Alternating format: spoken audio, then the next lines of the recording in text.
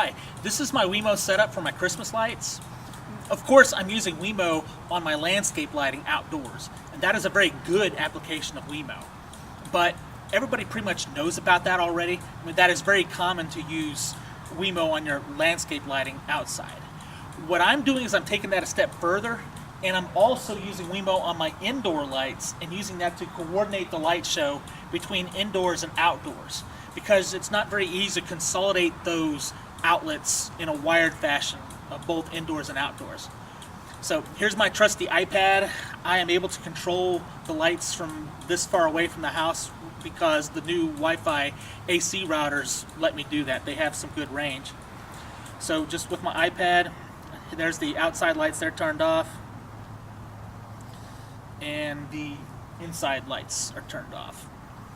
Pretty easy. If I had to do that manually, this would be very tedious, having to turn on and off the lights every single day.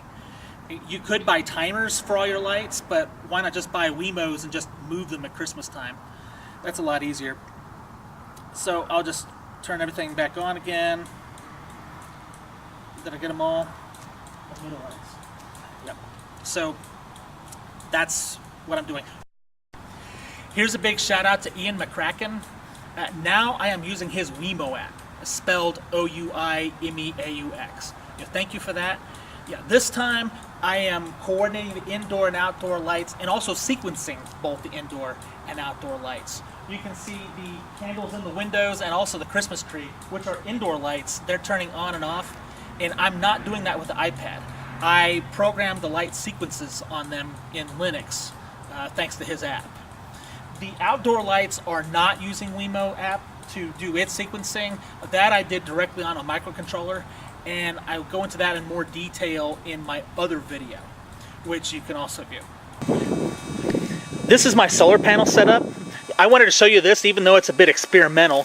I don't recommend you try this yourself unless you are absolutely sure you know what you're doing, because you can risk frying your Wemo. Yeah, I learned that.